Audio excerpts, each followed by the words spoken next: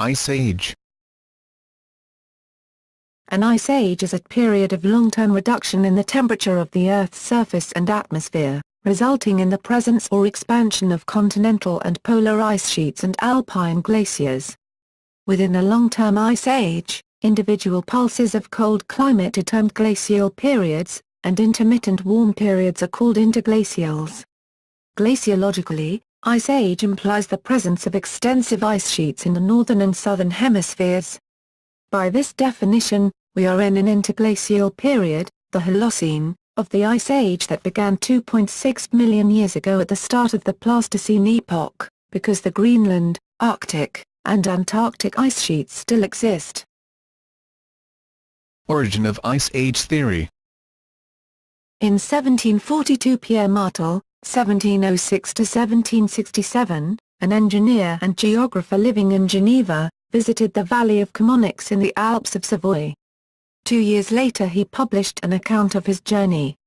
He reported that the inhabitants of that valley attributed the dispersal of erratic boulders to the fact that the glaciers had once extended much farther. Later similar explanations were reported from other regions of the Alps. In 1815 the carpenter and chamois hunter Jean-Pierre Péroudin, 1767–1858, explained erratic boulders in the Val de Barnes in the Swiss canton of Valais as being due to glaciers previously extending further. An unknown woodcutter from Eyringen in the Bernese Oberland advocated a similar idea in a discussion with the Swiss-German geologist Jean de Charpentier, 1786–1855, in 1834. Comparable explanations are also known from the Val de Ferret in the Valais and the Seeland in western Switzerland and in Goethe's scientific work. Such explanations could also be found in other parts of the world. When the Bavarian naturalist Ernst von Bibra, 1806–1878, visited the Chilean Andes in 1849–1850, the natives attributed fossil moraines to the former action of glaciers. Meanwhile, European scholars had begun to wonder what had caused the dispersal of erratic material. From the middle of the 18th century some discussed ice as a means of transport. The Swedish mining expert Daniel Thielers, 1712–1772, was, in 1742, the first person to suggest drifting sea ice in order to explain the presence of erratic boulders in the Scandinavian and Baltic regions. In 1795, the Scottish philosopher and gentleman naturalist, James Hutton, 1726–1797, explained erratic boulders in the Alps with the action of glaciers.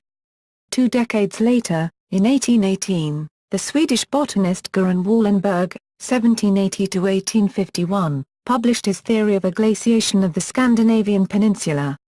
He regarded glaciation as a regional phenomenon.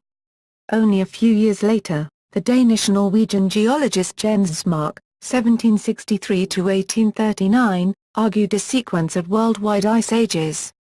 In a paper published in 1824, Smark proposed changes in climate as the cause of those glaciations. He attempted to show that they originated from changes in the Earth's orbit. During the following years, Smark's ideas were discussed and taken over in parts by Swedish, Scottish and German scientists. At the University of Edinburgh Robert Jameson, 1774–1854, seemed to be relatively open towards Smark's ideas, as reviewed by Norwegian professor of glaciology Bjorn G. Andersen, 1992. Jameson's remarks about ancient glaciers in Scotland were most probably prompted by Smark. In Germany, Albrecht Reinhard Bernhardi, 1797–1849, professor of forestry at Dreissigerke, adopted Smark's theory. In a paper published in 1832, Bernhardi speculated about former polar ice caps reaching as far as the temperate zones of the globe. Independently of these debates, the Swiss civil engineer Ignaz Venitz, 1788–1859, in 1829, explained the dispersal of erratic boulders in the Alps, the nearby Jura Mountains and the North German Plain as being due to huge glaciers. When he read his paper before the Schweizerische Naturforschungsgesellschaft, most scientists remained skeptical. Finally, Venitz managed to convince his friend Jean de Charpentier. De Charpentier transformed Venitz's idea into a theory with a glaciation limited to the Alps. His thoughts resembled Wallenberg's theory. In fact, both men shared the same volcanistic, or in de Charpentier's case rather Plutonistic assumptions, about Earth history. In 1834, de Charpentier presented his paper before the Schweizerische Naturforschungsgesellschaft. In the meantime, the German botanist Carl Friedrich Skimper, 1803–1867, was studying mosses which were growing on erratic boulders in the alpine upland of Bavaria. He began to wonder where such masses of stone had come from. During the summer of 1835 he made some excursions to the Bavarian Alps. Skimper came to the conclusion that ice must have been the means of transport for the boulders in the alpine upland. In the winter of 1835–1836 he held some lectures in Munich. Skimper then assumed that there must have been global times of obliteration, Verrodungszeiten with a cold climate and frozen water. Skimper spent the summer months of 1836 at Devens, near Bex, in the Swiss Alps with his former university friend Louis Agassiz, 1801–1873, and Jean de Charpentier. Skimper, de Charpentier and possibly Benitz convinced Agassiz that there had been a time of glaciation. During winter 1836–7 Agassiz and Skimper developed the theory of a sequence of glaciations. They mainly drew upon the preceding works of Goethe, of Benitz, of de Charpentier and on their own field work. There are indications that Agassiz was already familiar with Bernhardi's paper at that time. At the beginning of 1837 Skimper coined the term Ice Age, Eisenzeit. In July 1837 Agassiz presented their synthesis before the annual meeting of the Schweizerische Naturforschungsgesellschaft at Neuchâtel. The audience was very critical or even opposed the new theory because it contradicted the established opinions on climatic history. Most contemporary scientists thought that the Earth had been gradually cooling down since its birth as a molten globe. In order to overcome this rejection, Agassiz embarked on geological fieldwork. He published his book Study on Glaciers, Études sur les glaciers in 1840. De Charpentier was put out by this as he had also been preparing a book about the glaciation of the Alps. De Charpentier felt that Agassiz should have given him precedence as it was he who had introduced Agassiz to in-depth glacial research. Besides that, Agassiz had, as a result of personal quarrels, omitted any mention of Skimper in his book. Altogether, it took several decades until the Ice Age theory was fully accepted. This happened on an international scale in the second half of the 1870s following the work of James Croll, including the publication of Climate and Time, in their geological relations in 1875, which provided a credible explanation for the causes of ice ages. Evidence for ice ages. There are three main types of evidence for ice ages: geological, chemical, and paleontological. Geological evidence for ice ages comes in various forms, including rock scouring and scratching, glacial moraines, drumlins, valley cutting, and the deposition of talotolites and glacial erratics. Successive glaciations tend to distort and erase the geological evidence, making it difficult to interpret. Furthermore, this evidence was difficult to date exactly.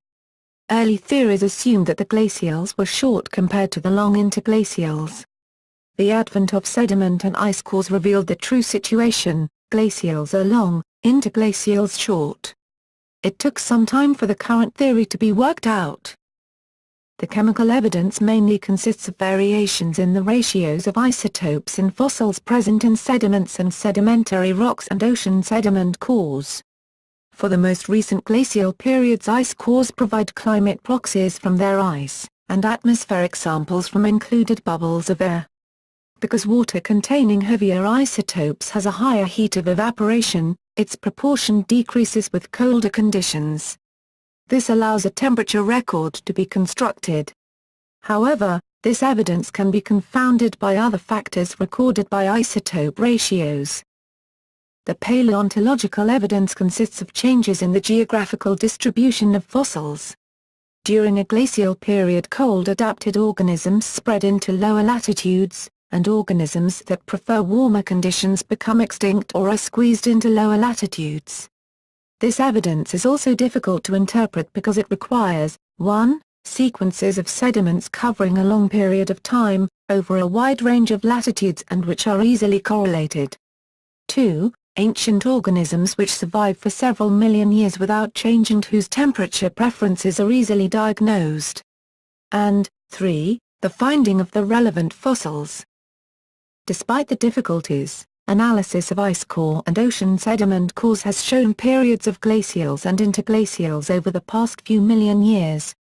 These also confirm the linkage between ice ages and continental crust phenomena such as glacial moraines, drumlins, and glacial erratics. Hence the continental crust phenomena are accepted as good evidence of earlier ice ages when they are found in layers created much earlier than the time range for which ice cores and ocean sediment cores are available. Major ice ages.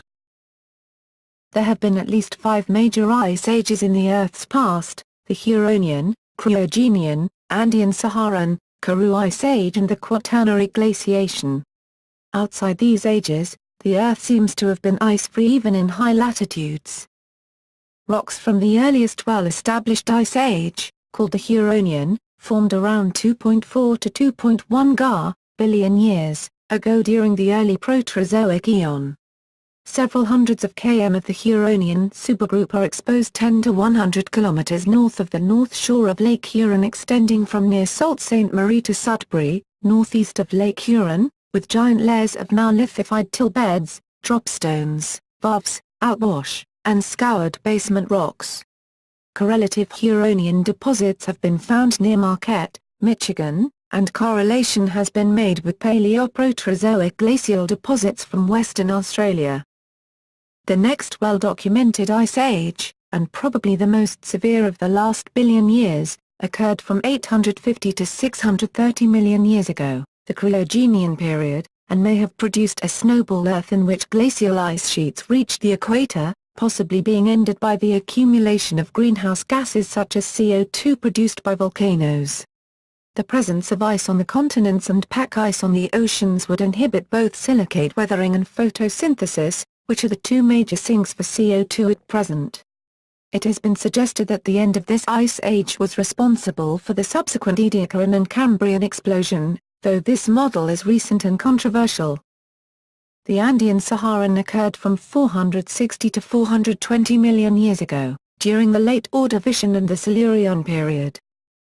The evolution of land plants at the onset of the Devonian period caused a long-term increase in planetary oxygen levels and reduction of CO2 levels, which resulted in the Karoo Ice Age.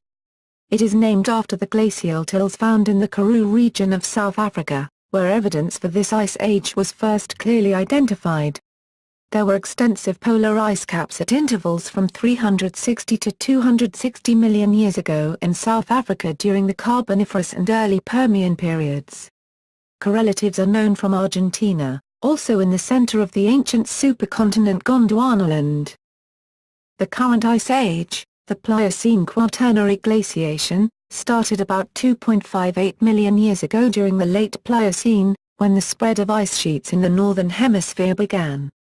Since then, the world has seen cycles of glaciation with ice sheets advancing and retreating on 40,000 and 100,000 year time scales called glacial periods, glacials or glacial advances, and interglacial periods, interglacials or glacial retreats. The Earth is currently in an interglacial, and the last glacial period ended about 10,000 years ago. All that remains of the continental ice sheets are the Greenland and Antarctic ice sheets and smaller glaciers such as on Baffin Island. Ice ages can be further divided by location and time. For example, the names Ris, 180,000-130,000 years BP, and Wam, 70,000-10,000 years BP, refer specifically to glaciation in the alpine region. The maximum extent of the ice is not maintained for the full interval. The scouring action of each glaciation tends to remove most of the evidence of prior ice sheets almost completely, except in regions where the later sheet does not achieve full coverage. Glacials and interglacials. Within the ice ages, or at least within the current one, more temperate and more severe periods occur. The colder periods are called glacial periods, the warmer periods interglacials, such as the Eocene stage. Glacials are characterized by cooler and drier climates over most of the Earth and large land and sea ice masses extending outward from the poles. Mountain glaciers in otherwise unglaciated areas extend to lower elevations due to a lower snowline. Sea levels drop due to the removal of large volumes of water above sea level in the ice caps. There is evidence that ocean circulation patterns are disrupted by glaciations. Since the Earth has significant continental glaciation in the Arctic and Antarctic, we are currently in a glacial minimum of a glaciation. Such a period between glacial maxima is known as an interglacial. The glacials and interglacials also coincided with changes in the Earth's orbit called Milankovitch cycles. The Earth has been in an interglacial period known as the Holocene for more than 11,000 years. It was conventional wisdom that the typical interglacial period lasts about 12,000 years, but this has been called into question recently.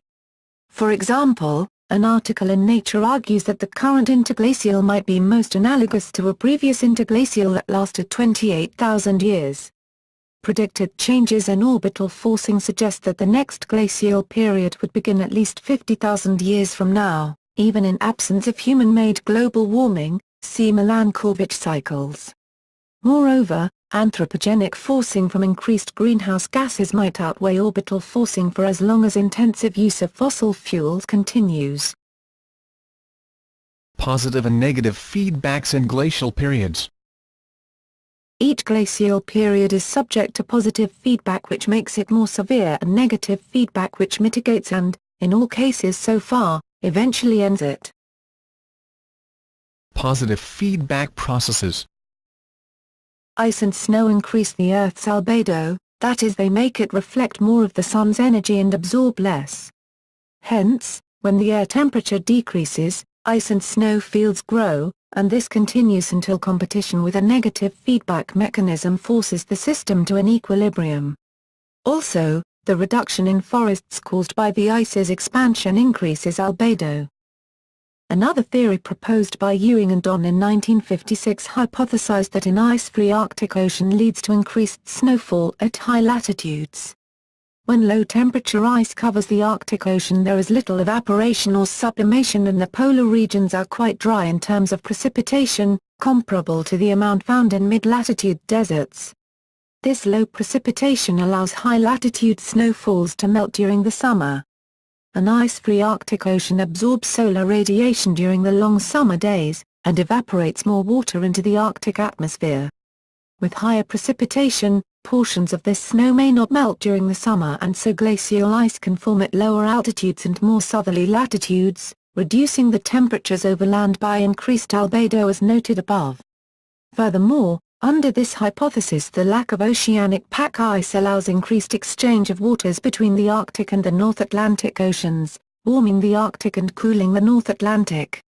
Current projected consequences of global warming include a largely ice-free Arctic Ocean within 5 to 20 years, see Arctic shrinkage. Additional fresh water flowing into the North Atlantic during a warming cycle may also reduce the global ocean water circulation, see shutdown of Merlin circulation. Such a reduction, by reducing the effects of the Gulf Stream, would have a cooling effect on northern Europe, which in turn would lead to increased low-latitude snow retention during the summer. It has also been suggested that during an extensive glacial, glaciers may move through the Gulf of St. Lawrence, extending into the North Atlantic Ocean far enough to block the Gulf Stream. Negative feedback processes. Ice sheets that form during glaciations cause erosion of the land beneath them. After some time, this will reduce land above sea level and thus diminish the amount of space on which ice sheets can form. This mitigates the albedo feedback, as does the lowering in sea level that accompanies the formation of ice sheets. Another factor is the increased aridity occurring with glacial maxima, which reduces the precipitation available to maintain glaciation. The glacial retreat induced by this or any other process can be amplified by similar inverse positive feedbacks as for glacial advances. According to research published in Nature Geoscience, human emissions of carbon dioxide will defer the next ice age. Researchers use data on the Earth's orbit to find the historical warm interglacial period that looks most like the current one, and from this have predicted that the next ice age would usually begin within 1,500 years. They go on to say that emissions have been so high that it will not. Causes of ice ages. The causes of ice ages are not fully understood for either the large-scale ice age periods or the smaller ebb and flow of glacial-interglacial periods within an ice age.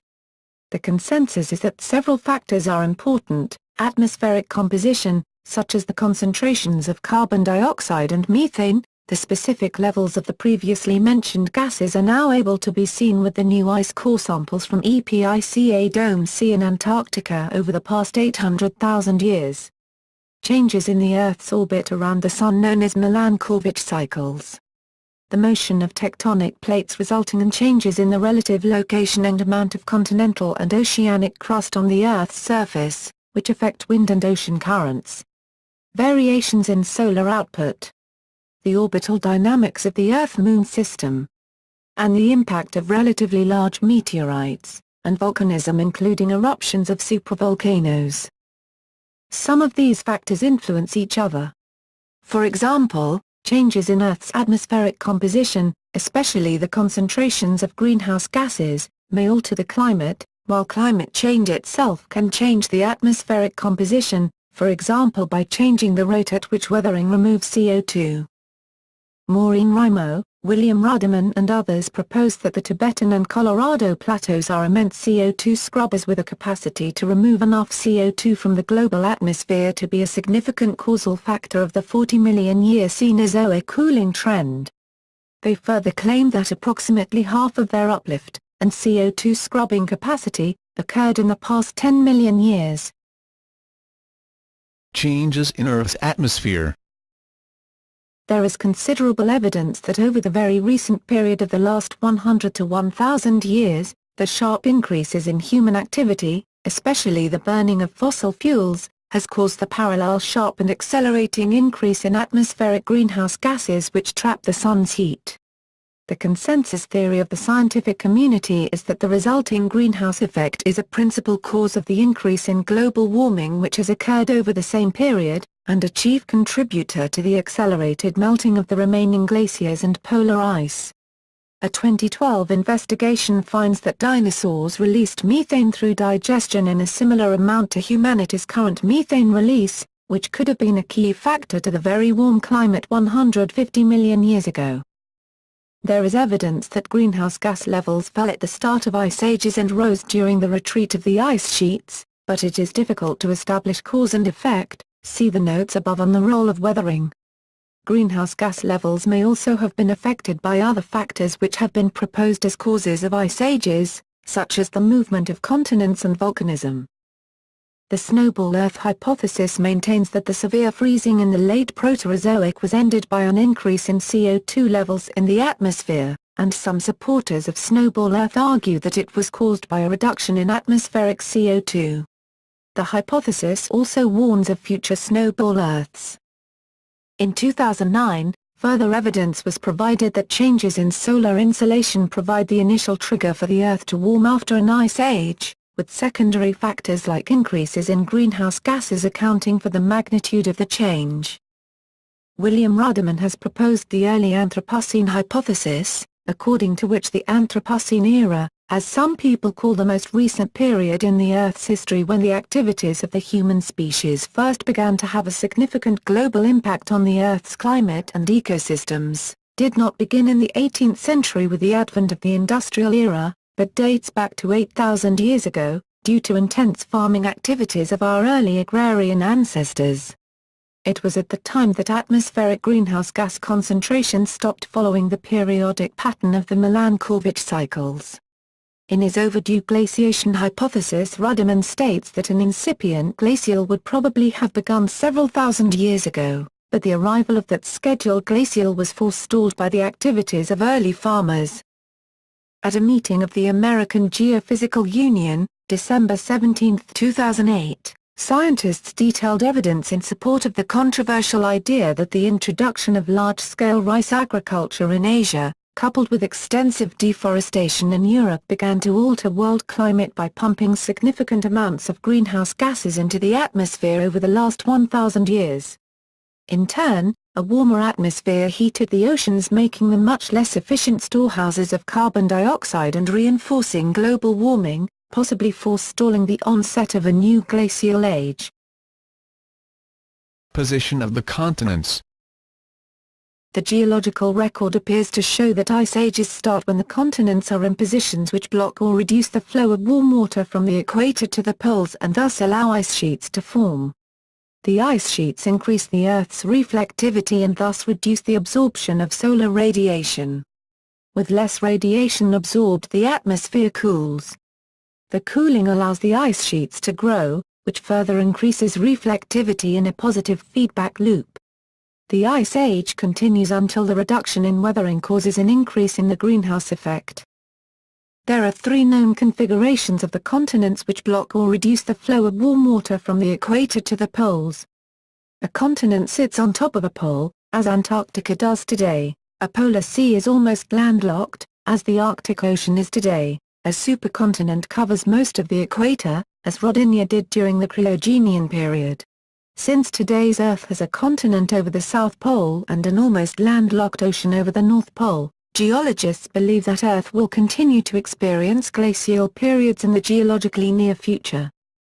Some scientists believe that the Himalayas are a major factor in the current ice age, because these mountains have increased Earth's total rainfall and therefore the rate at which CO2 is washed out of the atmosphere, decreasing the greenhouse effect. The Himalayas formation started about 70 million years ago when the Indo-Australian plate collided with the Eurasian plate, and the Himalayas are still rising by about 5 mm per year because the Indo-Australian plate is still moving at 67 mm year.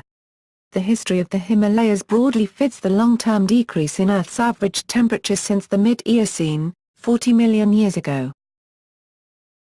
Fluctuations in ocean currents.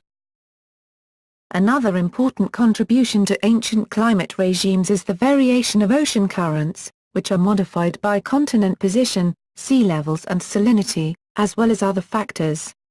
They have the ability to cool, for example aiding the creation of Antarctic ice, and the ability to warm, for example giving the British Isles a temperate as opposed to a boreal climate.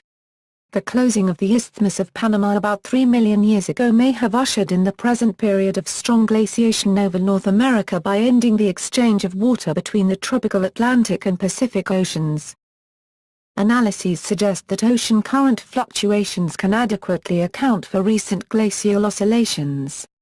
During the last glacial period the sea level has fluctuated 20 to 30 m as water was sequestered, primarily in the northern hemisphere ice sheets.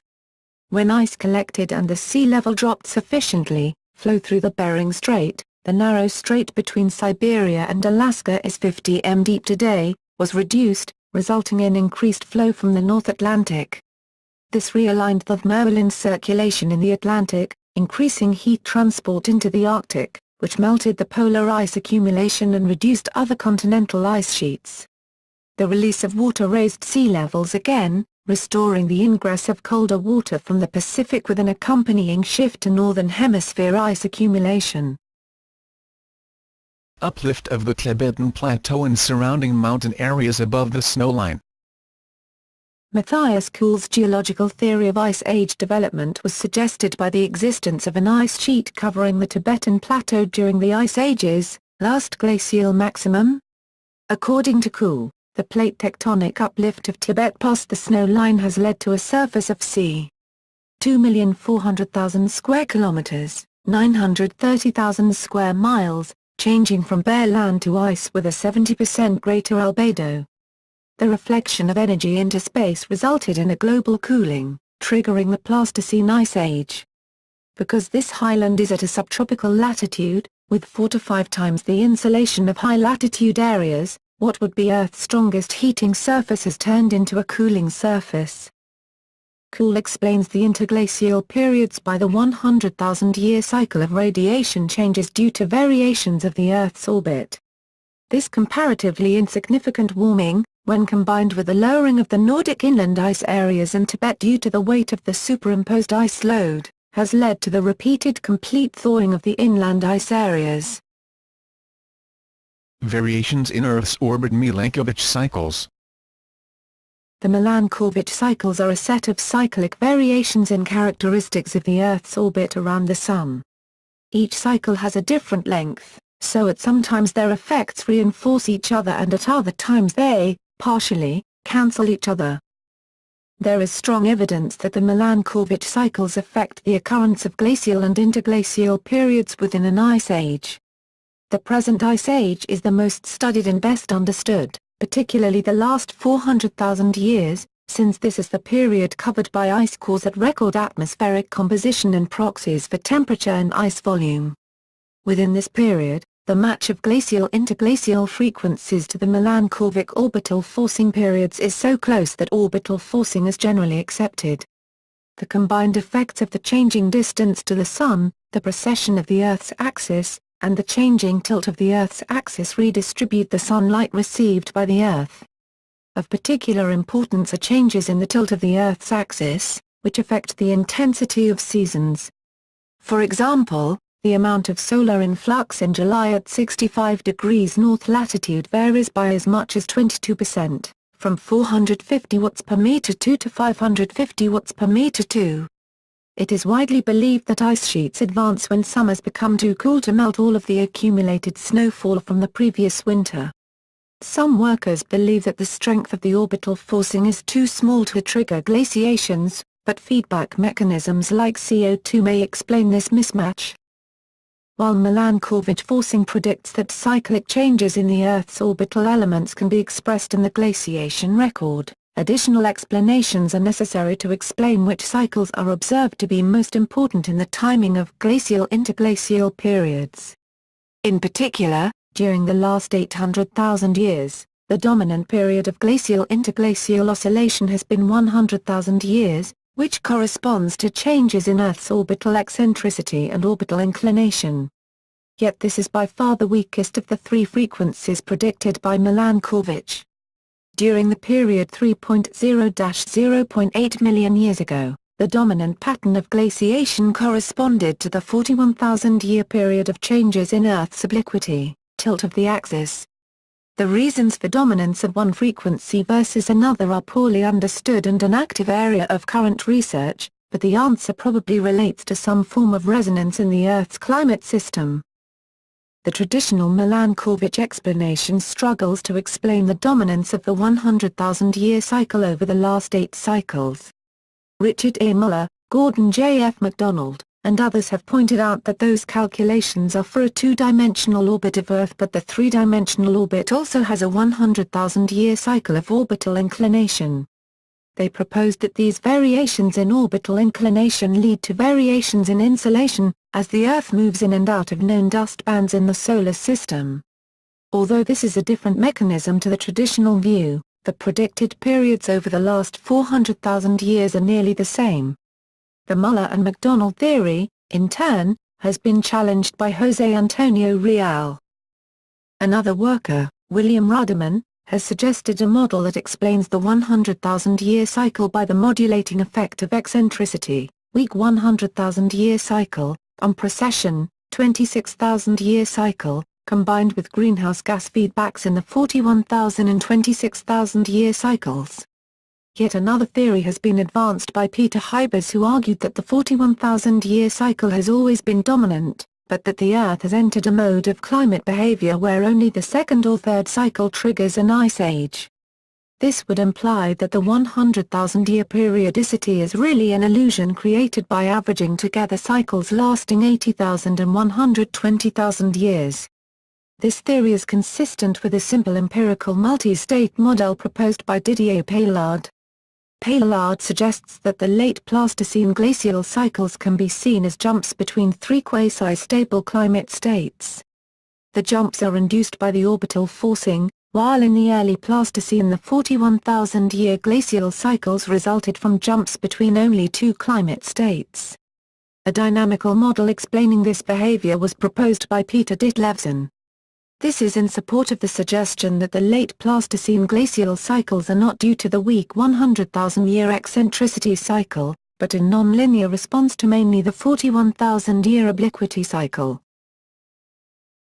Variations in the Sun's energy output. There are at least two types of variation in the Sun's energy output. In the very long term, astrophysicists believe that the Sun's output increases by about 7% every 1,109,000 years. Shorter-term variations such as sunspot cycles, and longer episodes such as the Maunder minimum, which occurred during the coldest part of the Little Ice Age. The long-term increase in the Sun's output cannot be a cause of ice ages. Volcanism. Volcanic eruptions may have contributed to the inception and/or the end of Ice Age periods. At times during the Paleoclimate, carbon dioxide levels were 2 or 3 times greater than today. Volcanoes and movements in continental plates contributed to high amounts of CO2 in the atmosphere. Carbon dioxide from volcanoes probably contributed to periods with highest overall temperatures. One suggested explanation of the Paleocene-Eocene thermal maximum is that undersea volcanoes released methane from clathrates and thus caused a large and rapid increase in the greenhouse effect. There appears to be no geological evidence for such eruptions at the right time, but this does not prove they did not happen.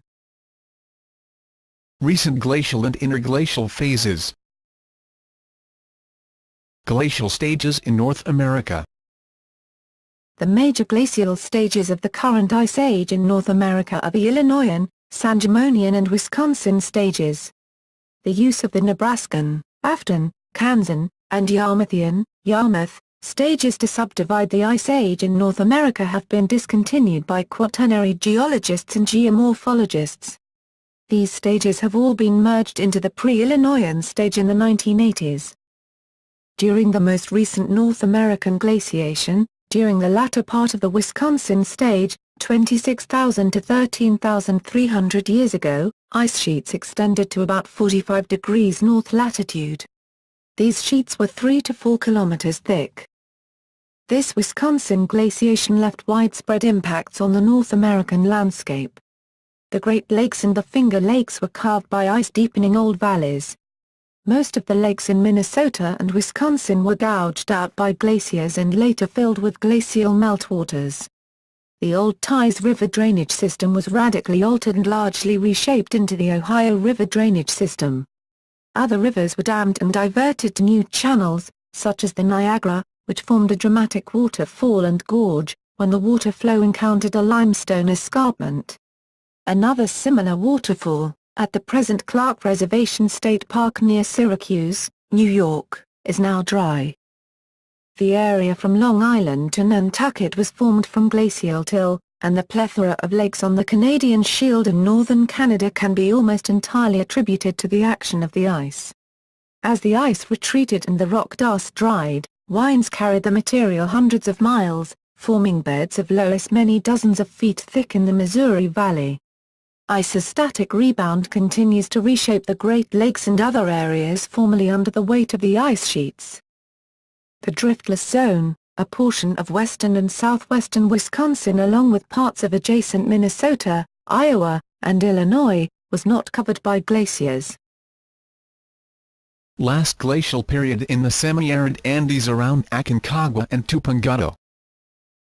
Especially interesting climatic change during glacial times has taken place in the semi-arid Andes.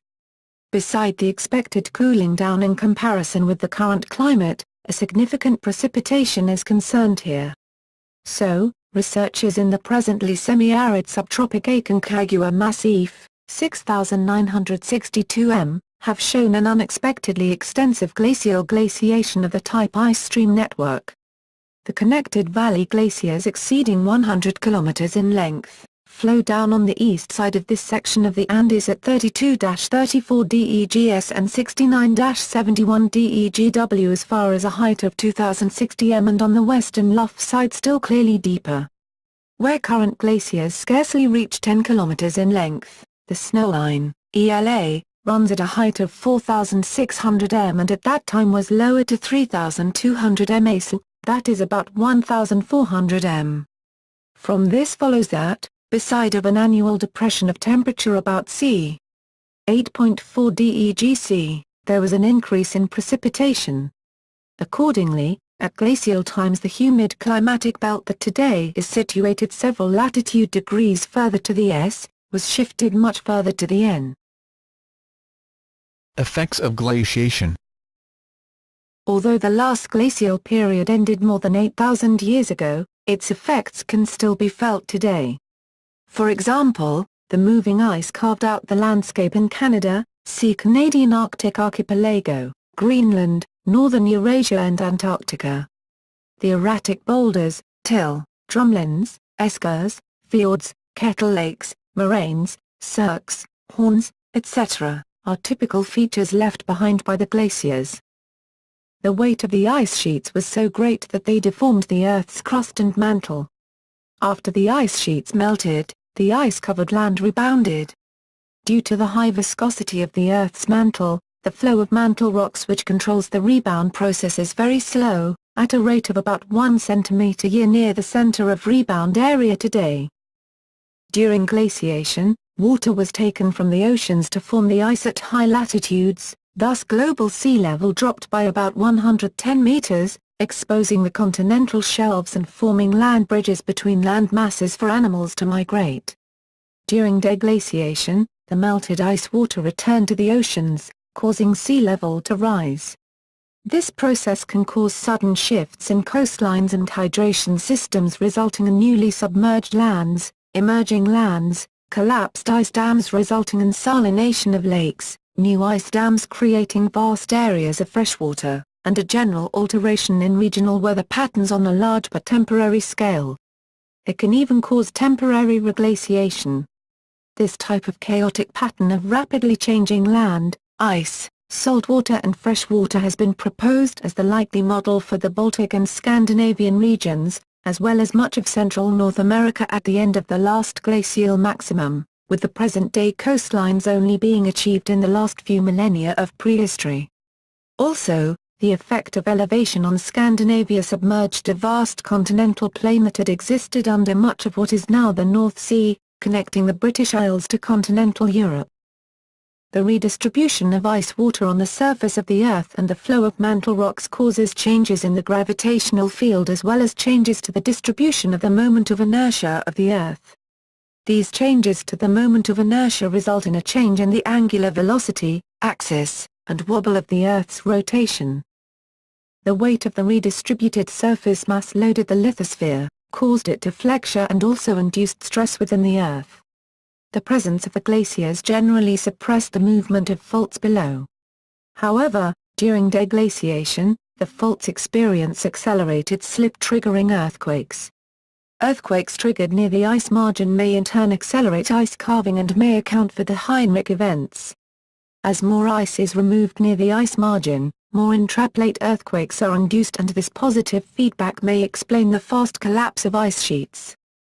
In Europe, glacial erosion and isostatic sinking from weight of ice made the Baltic Sea, which before the Ice Age was all land drained by the Eridanus River. In 1742 Pierre Martel, 1706–1767, an engineer and geographer living in Geneva, visited the valley of Chamonix in the Alps of Savoy. 2 years later he published an account of his journey. He reported that the inhabitants of that valley attributed the dispersal of erratic boulders to the fact that the glaciers had once extended much farther. Later similar explanations were reported from other regions of the Alps. In 1815 the carpenter and chamois hunter Jean-Pierre Péroudin, 1767–1858, explained erratic boulders in the Val de Barnes in the Swiss canton of Valais as being due to glaciers previously extending further. An unknown woodcutter from Eyringen in the Bernese Oberland advocated a similar idea in a discussion with the Swiss-German geologist Jean de Charpentier, 1786–1855, in 1834. Comparable explanations are also known from the Val de Ferret in the Valais and the Seeland in western Switzerland and in Goethe's scientific work. Such explanations could also be found in other parts of the world. When the Bavarian naturalist Ernst von Bibra, 1806–1878, visited the Chilean Andes in 1849–1850, the natives attributed fossil moraines to the former action of glaciers. Meanwhile, European scholars had begun to wonder what had caused the dispersal of erratic material. From the middle of the 18th century some discussed ice as a means of transport. The Swedish mining expert Daniel Thielers, 1712–1772, was, in 1742, the first person to suggest drifting sea ice in order to explain the presence of erratic boulders in the Scandinavian and Baltic regions. In 1795, the Scottish philosopher and gentleman naturalist, James Hutton, 1726–1797, explained erratic boulders in the Alps with the action of glaciers. 2 decades later, in 1818, the Swedish botanist Göran Wallenberg, 1780–1851, published his theory of a glaciation of the Scandinavian peninsula. He regarded glaciation as a regional phenomenon. Only a few years later, the Danish-Norwegian geologist Jens Smark, 1763–1839, argued a sequence of worldwide ice ages. In a paper published in 1824, Smark proposed changes in climate as the cause of those glaciations. He attempted to show that they originated from changes in the Earth's orbit. During the following years, Smark's ideas were discussed and taken over in parts by Swedish, Scottish and German scientists. At the University of Edinburgh, Robert Jameson, 1774–1854, seemed to be relatively open towards Smark's ideas, as reviewed by Norwegian professor of glaciology Bjorn G. Andersen, 1992. Jameson's remarks about ancient glaciers in Scotland were most probably prompted by Smark. In Germany, Albrecht Reinhard Bernhardi, 1797–1849, professor of forestry at Dreissigerke, adopted Smark's theory. In a paper published in 1832, Bernhardi speculated Ice Age. An ice age is a period of long-term reduction in the temperature of the Earth's surface and atmosphere, resulting in the presence or expansion of continental and polar ice sheets and alpine glaciers. Within a long-term ice age, individual pulses of cold climate are termed glacial periods, and intermittent warm periods are called interglacials. Glaciologically, ice age implies the presence of extensive ice sheets in the northern and southern hemispheres. By this definition, we are in an interglacial period, the Holocene, of the ice age that began 2.6 million years ago at the start of the Pleistocene epoch, because the Greenland, Arctic, and Antarctic ice sheets still exist. Origin of Ice Age theory.